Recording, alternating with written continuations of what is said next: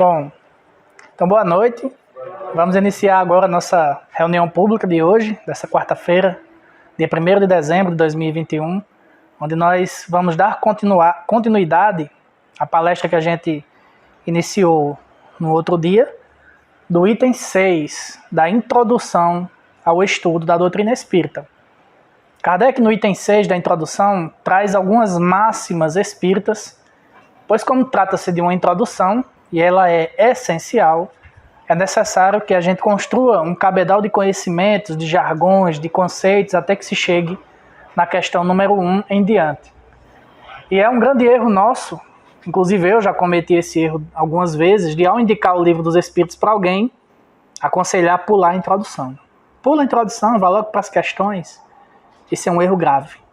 Porque quem inicia nas questões de cunho extremamente filosóficos, como é o livro dos Espíritos, se não tiver essa bagagem inicial que Kardec traz na introdução, ficará complicada a compreensão para qualquer pessoa. Até para os mais sábios, os mais inteligentes. Então, nessa introdução, Kardec traz diversos pontos, apresentando quais são os objetivos do Espiritismo para a humanidade, quais são suas balizas, seus princípios, já dando pinceladas do que vem a seguir. E no item 6, Kardec decide trazer 33 afirmações, 33 máximas espíritas que vão basear o nosso entendimento. Na primeira parte desta palestra, na outra data, nós trabalhamos algumas dessas máximas, começando da primeira, e paramos na parte da individualidade, onde diz: a alma possuía sua individualidade antes de encarnar, conserva depois de haver separado do corpo. Nós finalizamos a outra palestra nesse ponto, onde eu explicava que a alma não se divide, não volta para um todo, como a doutrina do panteísmo diz. Nós somos individuais, criações individuais de Deus. Nós conservamos nossa individualidade para sempre. O espírito é indivisível. Nós jamais vamos nos transformar em 2 ou 3 seres. Seremos um para sempre. O que pode acontecer é o nosso pensamento se expandir ao ponto de tocar diversos locais ao mesmo tempo. O que pode acontecer é o nosso pensamento abarcar diversos locais simultâneos com o nosso amor. Como Jesus, que governa o planeta, está antenado em tudo que acontece nesse orbe o tempo todo através do seu amor, do seu pensamento, cuja aura é um facho de luz que envolve todo o planeta, assim como nos diz Ramatiz. Então, partindo a continuidade deste item, no próximo Kardec afirma: na sua volta ao mundo dos espíritos, encontra ela, a alma, todos aqueles que conhecera na terra. Olha só que lindo, é aqui onde entra o aspecto consolador do Espiritismo. Consolador no sentido de que nós não vamos nos separar para sempre de quem nós amamos. Isso é uma das coisas mais lindas que o Espiritismo afirma e comprova. Se você ama um filho, uma mãe, um amigo, um pai, um irmão, um avô, uma avó, e ele desencarna antes de você, ou você desencarna antes deles, vocês não vão ficar eternamente separados, pois Deus estaria sendo mau, injusto, um carrasco, um ser sádico, em fazer com que 2 filhos seus se amem para depois separá-los para sempre. Deus estaria sendo justo ou bom, agindo dessa forma? Então Kardec diz: na sua volta ao mundo dos espíritos, encontra ela, a alma, todos aqueles que conheceram na terra, e todas as suas existências anteriores se lhe desenham na memória, com a lembrança de todo o bem e de todo o mal que fez. Olha só. Então a nossa consciência vai voltar com tudo para cima da gente, mostrando onde acertamos, onde erramos. Kardec fala aqui todas as suas existências anteriores, mas já nos aprofundando na obra de André Luiz, através do Chico, nós aprendemos que todas não é bem assim que acontece. A gente não vai lembrar das primeiras encarnações enquanto seres primitivos, pois não há necessidade disso. E no livro Nosso Lar, André Luiz apresenta lá o exemplo do casal, né, que vai lá para o ministério agora me esqueci o nome do ministério, mas lá tem um setor onde os espíritos conseguem acessar memórias de vidas passadas. E o casal consegue lembrar de 10 encarnações passadas. Se não me engano é assim. Eu só assisti o filme, eu nunca li o livro, né? Mas tem essa parte no livro, eu já vi Haroldo falando.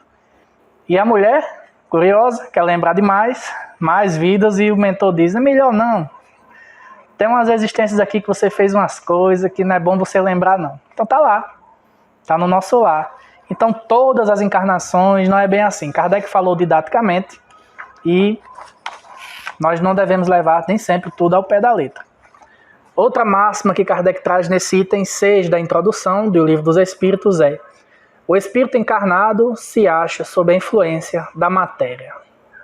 Olha só, vocês dormiram ontem? Sim. Eu dormi também. E antes de ontem? Desde que a gente nasceu que a gente dorme toda noite, né? Por que a gente dorme? Porque o corpo exige, né? Espírito não dorme não. Quando estamos desencarnados, a gente passa 24 horas do dia trabalhando ou fazendo nada, como muitos preferem. Então quem exige o sono é o nosso corpo material, nosso cérebro de carne, que precisa descansar um terço do dia. Isso é influência da matéria sobre o espírito ou não é? É basicamente isso, dentre outras coisas. Quando a matéria começa a ser o nosso Deus, quando a gente vive apenas para ela, quando nós dedicamos nossas existências para servir a matéria e não o contrário, a matéria é quem deve nos servir. Eis a grande diferença. Kardec prossegue: o homem que vence essa influência pela elevação e depuração de sua alma se aproxima dos espíritos bons, com os quais um dia estará. Aquele que se deixar dominar pelas más paixões e põe todas as suas alegrias na satisfação dos apetites grosseiros, se aproxima dos espíritos impuros, dando preponderância à natureza animal.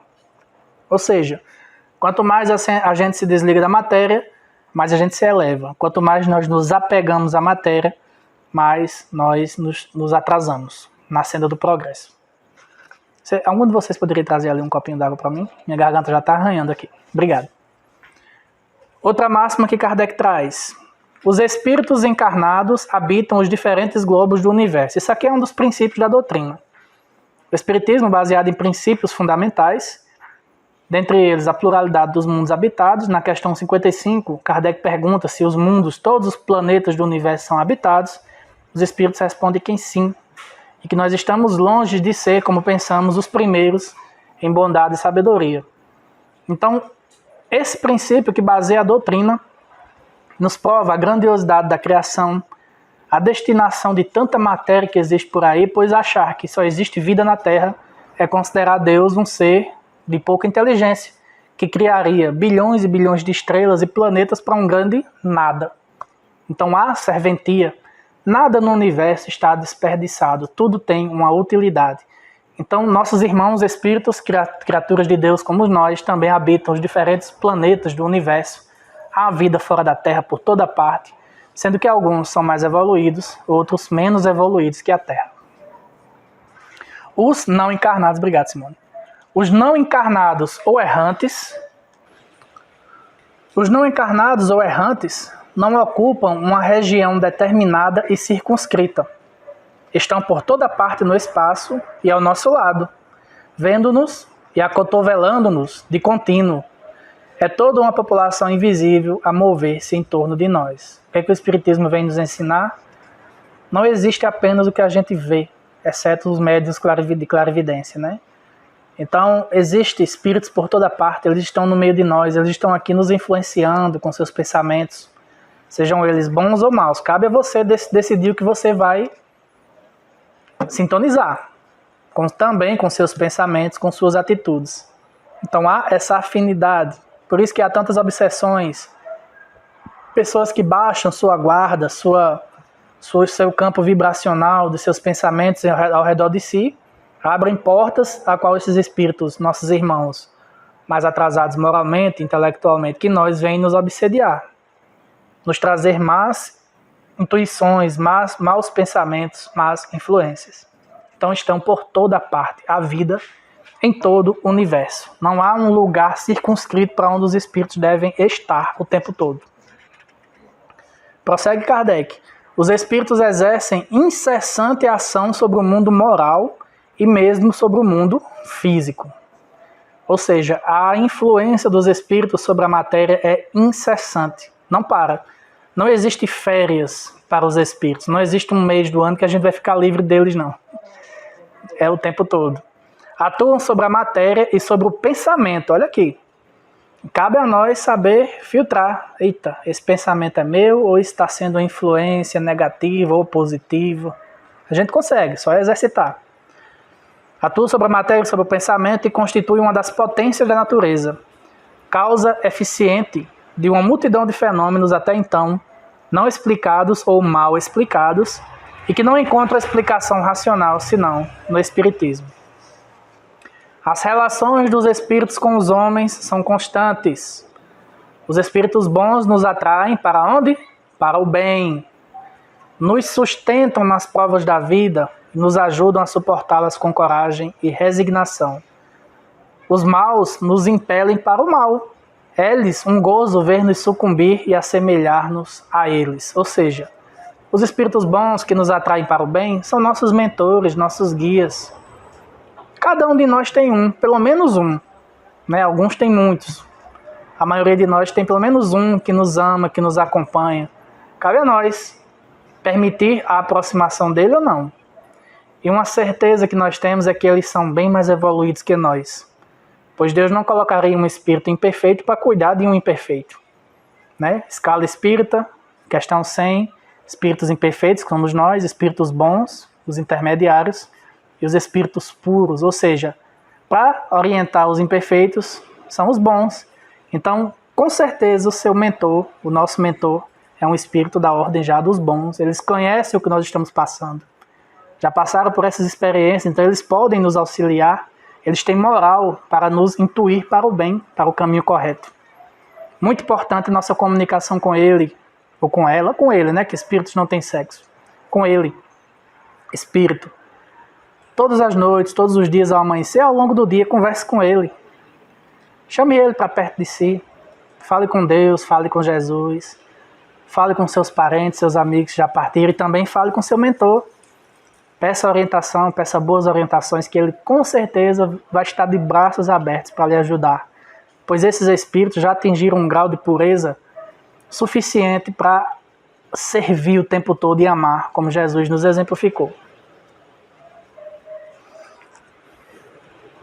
Do mesmo modo, os maus nos impelem para o mal. São espíritos invejosos, orgulhosos, que se comprazem em ver os outros sofrer. Então, nunca um espírito impuro, um espírito mais imperfeito que nós na escala, ele vai nos atrair para o bem, ele vai nos dar maus conselhos, pois isso lhes causa prazer.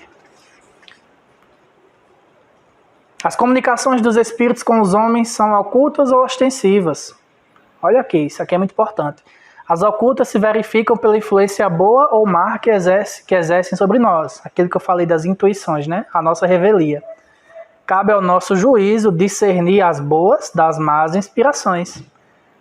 Agora é muito importante também a gente não sempre botar só a culpa neles, não. Quando tem um pensamento ruim, isso aqui deve ser alguém me levando para o mal. Mas e se for você mesmo pensando mal? Nem sempre é eles, né? Mal pode atrair. Aí é o contrário, a gente está atraindo eles, né?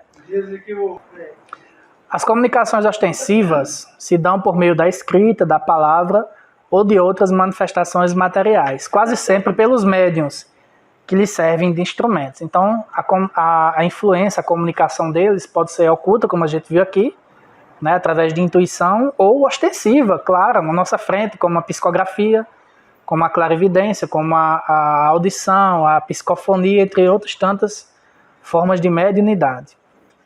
Os espíritos se manifestam espontaneamente ou mediante evocação. Podem evocar-se todos os espíritos, os que animaram homens obscuros, como os das personagens mais ilustres, seja qual for a época em que tenham vivido. Os de nossos parentes, amigos ou inimigos, e obter-se deles, por comunicações escritas ou verbais, conselhos, informações sobre a situação em que se encontram no além, sobre o que pensam a nosso respeito, assim como as revelações que lhes sejam permitidas fazer-nos. Bom, Kardec diz aqui que é possível evocar.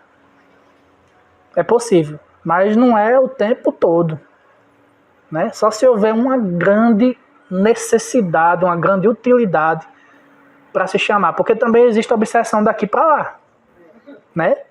A gente pode estar, tem até um caso, não lembro quem foi que contou, foi até aqui, numa palestra, acho que foi o Wesley, né? Foi França. Ou foi França? Não, aconteceu lá em Currais. Foi em Currais, né? Que ficavam evocando um espírito lá. Aí um dia ele veio, gente, me deixa em paz do lado de lá.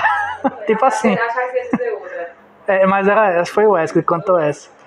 Me deixe quieto, vocês ficam me chamando. Ou seja, existe também a obsessão daqui para lá, não é só de lá para cá, não.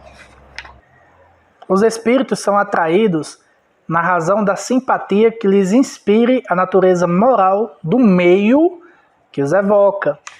Os espíritos superiores se comprazem nas reuniões sérias, onde predominam o amor do bem e o desejo sincero por parte dos que as compõem, de se instruírem e melhorarem. A presença deles afasta os espíritos inferiores, que, inversamente, encontram livre acesso e podem obrar com toda a liberdade entre as pessoas frívolas ou impelidas unicamente pela curiosidade e onde quer que existam maus instintos. Longe de se obterem bons conselhos ou ensinamentos úteis, deles só se devem esperar futilidades, mentiras, gracejos de mau gosto ou mistificações, pois que muitas vezes tomam nomes venerados, a fim de melhor induzirem ao erro. Então pode vir aqui muito bem agora um espírito leviano, zombeteiro, dizendo que é Bezerra de Menezes, e mandar todo mundo aqui se vestir de branco. Aqui é Bezerra. Do lado de lá a gente aprende que todo mundo tem que vir de branco para a reunião espírita. E aí todo mundo começa a vir de branco porque Bezerra mandou. Isso acontece o tempo todo em milhares de centros espíritas. Então, no momento qual é o meio que os evoca? Qual é a nossa defesa? Uma reunião séria, nossos pensamentos em conjunto, com o único intuito de nos instruir, de nos melhorar e auxiliar também aqueles que vêm aqui pela primeira vez ou estão iniciando, ou até mesmo aqui os que estão nos assistindo aqui pelo nosso vídeo aqui no YouTube, né? Essa palestra está chegando a eles. Por isso que eu peço a você que está nos assistindo que inscreva-se aqui no canal Estudando Kardec, compartilhe esse vídeo, clica aí no gostei, que é para que cada vez mais o YouTube, sim, o sininho, ativa o sininho, que é para cada vez mais o YouTube entregar essas palestras para mais corações. Já pensou? Uma pessoa que está pensando em se suicidar e abre uma live de espírita falando de amor, de continuidade da vida, de acolhimento? Então é muito importante. Então, é o meio que os evoca. Agora, se for um grupo, um centro espírita, onde há muitas discussões, muito orgulho, muita vaidade, muitas brigas, muita divisão, quem é que vai se aproximar desse centro? Então, a nossa psicosfera somos nós que formamos com os nossos pensamentos. Quanto mais amor, quanto mais boa vontade nós colocamos em nossas ações, os espíritos mais superiores, mais sábios, mais inteligentes, com mais desenvolvimento moral, é quem vem nos auxiliar. Queira Deus que os nossos aqui do Sementes do Cristo sejam desse nível aí. Tomara que eles estejam aqui a nos dar boas intuições. Distinguir os bons dos maus espíritos é extremamente fácil. Olha o que Kardec está dizendo aqui. É fácil. Os espíritos superiores usam constantemente de linguagem digna, nobre, repassada da mais alta moralidade, escoimada de qualquer paixão inferior. A mais pura sabedoria lhes transparece dos conselhos, que objetivam sempre o nosso melhoramento e o bem da humanidade. A dos espíritos inferiores, ao contrário, é inconsequente, a miúde, trivial e até grosseira. Se por vezes dizem alguma coisa boa e verdadeira, muito mais vezes dizem falsidades e absurdos, por malícia ou ignorância. Olha só, malícia, né? Mas intenções ou ignorância, por ignorância mesmo. Ele acha que está ajudando, mas está atrapalhando. Zombam da credulidade dos homens e se divertem à custa dos que os interrogam. Respondem tudo. Se você perguntar os números da Mega Sena, ele vai lhe dizer uma sequência de 6 números para você ir lá jogar. lisonjeando-lhes a vaidade, alimentando-lhes os desejos com falsas esperanças. Em resumo, as comunicações sérias, na mais ampla acepção do termo, só são dadas nos centros sérios, onde reine íntima comunhão de pensamentos, tendo em vista o bem. Ou seja, meus queridos, se a gente está aqui dando ouvidos a mensagens triviais, é muito fácil. Jesus nos diz, pelo fruto se reconhece a árvore. Então, chegou uma psicografia. Vamos analisar o quê? Quais são os parâmetros que Kardec dá? A linguagem, né? A linguagem nobre, né? Objetivando sempre o nosso melhoramento e o bem coletivo, o bem da humanidade. É muito fácil, só é ler. O que Kardec disse aqui? Cadê? Distinguir os bons dos maus espíritos é extremamente fácil. A gente pode fazer esse exercício todo dia, sabe como? Bota aí no Google, depois de terminar a palestra aqui, a live, ou a gravação, quer dizer. Coloquem aí no Google, mensagens de espíritos, vai aparecer milhares, aí a gente vai exercitar. É a lição de casa hoje. Vamos começar a ler as mensagens, aí você vai ver, epa, isso aqui é de um espírito, ó, nobre, olha aqui a linguagem dele, ó. O que ele está objetivando? O nosso bem, a melhora da humanidade. Ao mesmo tempo, você vai pegar mensagens como, por exemplo, 2 dias depois do acidente da Marília Mendonça, já tinha psicografia dela. Olha só. A criatura, acho que ainda estava sendo socorrida do lado de lá. E já estavam dizendo, olha, eu cheguei bem aqui, diga à minha família que eu a amo. Gente, é muito importante saber filtrar isso.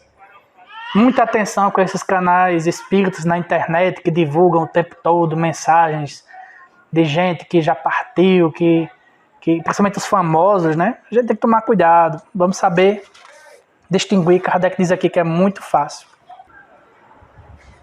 A moral dos espíritos superiores se resume, como a do Cristo, nesta máxima evangélica: fazer aos outros o que quereríamos que os outros nos fizessem. Isto é, fazer o bem e não o mal. Quem é que quer que os outros façam o mal, né? Para si mesmo. Nesse princípio encontra o homem uma regra universal de proceder, mesmo para suas menores ações. Olha só, Carol. Mesmo para suas menores ações. E a gente às vezes acha que sortear o exórdio é coincidência, é ao acaso, né? Para quem está assistindo o vídeo, o nosso exórdio hoje, né, Carol sorteou aqui, entre aspas, né, que falava das menores coisas, coisas mínimas, o nome do texto, né? Do caminho, verdade e vida, né? Aí olha aqui, o que Kardec diz: nesse princípio encontra o homem uma regra universal de proceder mesmo para suas menores ações. Não é coincidência não, viu, gente? Já caminhando para o finalzinho, a máxima número 32, só falta essa e outra, Kardec diz: ensinam-nos que o egoísmo, o orgulho, a sensualidade são paixões que nos aproximam da natureza animal, prendendo-nos à matéria, que o homem que, já neste mundo, se desliga da matéria, desprezando as futilidades mundanas e amando o próximo, se avizinha da natureza espiritual, que cada um deve tornar-se útil, de acordo com as faculdades e os meios que Deus lhe pôs nas mãos para experimentá-lo. Olha só. Todos nós podemos ser úteis. Ah, Rodrigo, mas eu nasci tão pobre, numa casinha, caindo os pedaços, passando fome. Mas existem meios de você ser útil. Ninguém está aqui ao acaso, por um erro da divindade. Existem maneiras. Quem aqui nunca assistiu O Menino que Descobriu o Vento, né? Netflix. É uma aldeia muito pobre, baseada na história real. E tá lá quem ainda não assistiu, pule aí mais ou menos uns 30 segundos para frente que eu vou dar spoiler, que tá no vídeo. Então o rapazinho lá, numa aldeia muito pobre africana, todo mundo numa seca terrível, sem conseguir plantar, fome reinando. E esse rapaz, ele, ao invés de se amaldiçoar, de reclamar da vida, ele foi agir, ele foi estudar, ele descobriu que existe um mecanismo onde o catavento consegue gerar uma bobina que alimenta uma bateria. Ele construiu esse sistema e conseguiu puxar água do subsolo e salvou a aldeia dele. Então, existe maneira de sermos úteis o tempo todo, com todas as oportunidades que Deus nos dá. Nós temos nós temos condições de fazer coisas úteis, né? Que Deus lhe pôs nas mãos para experimentá-lo. Que o forte e o poderoso devem amparo e proteção ao fraco. Devem, olha só. Porquanto transgride a lei de Deus aquele que abusa da força e do poder para oprimir o seu semelhante. Ensinam finalmente que, no mundo dos espíritos, nada podendo estar oculto, o hipócrita será desmascarado e patenteadas todas as suas torpezas, que a presença inevitável de todos os instantes daqueles para com quem houvermos procedido mal constitui um dos castigos que nos estão reservados. Olha só. Que ao estado de inferioridade e superioridade dos espíritos correspondem penas e gozos desconhecidos na terra. O que Kardec disse aqui no finalzinho? Todos aqueles que nós fizemos mal vão estar lá, juntinhos da gente, quando a gente chegar lá. Para cobrar. Ei, ó, você chegou, né? Lembra do que você fez comigo lá? Não só eles, a nossa consciência também vai estar nos cobrando. Tem até algumas comunicações que vêm de lá para cá, né? Onde... a maioria dessas comunicações falam de uma espécie de telão mental onde vai passando a sua vida. No momento que você está se desligando do corpo e indo para o lado de lá. Uma espécie de memória que aparece na nossa frente, mostrando tudo que a gente fez nessa existência que está terminando. Existem comunicações nesse sentido, de muitos médios, de muitos espíritos diferentes. Já pensou? Nosso WhatsApp aberto para todo mundo ver, olha aqui as conversas que ele teve, ó. É mais ou menos isso. Então, devemos ter cuidado com o que a gente diz, com o que a gente pensa. É exatamente isso que a gente pensa assim, no juízo final, né? É uma espécie de mini juízo final que a gente tem quando desencarna, né? É só que aí. Passa aquele flashback. É, o flashback. Nossa consciência terá estudado, né? Com certeza. Então, da nossa consciência, a gente não foge nunca. Nós estamos dentro dela, ela está dentro de nós. E a máxima número 33, para a gente finalizar. Mas ensino também não haver faltas irremissíveis, que a expiação não possa apagar. Meio de consegui-lo encontra o homem nas diferentes existências que lhe permitem avançar, conforme seus desejos e esforços, na senda do progresso para a perfeição, que é seu destino final. Essa última máxima aqui, Kardec dedicou um livro só para falar dela, que é o Céu e o Inferno.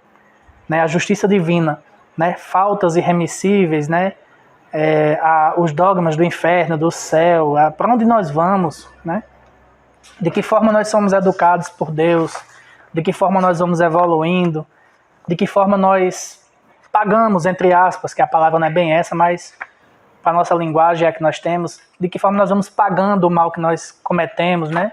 Resgatando, pois no Espiritismo nós aprendemos que não existe castigo, não existe recompensa, existe consequência de tudo que nós fazemos, de tudo que nós pensamos, de todas as nossas ações. Meus queridos, era isso, assim finalizamos o item 6 da introdução do Livro dos Espíritos, essas 33 máximas. Quem está assistindo essa palestra, assista a parte 1, que está o início dela, né, dessas 33 máximas que Kardec traz. Muito obrigado e até a nossa próxima reunião, se assim Deus nos permitir.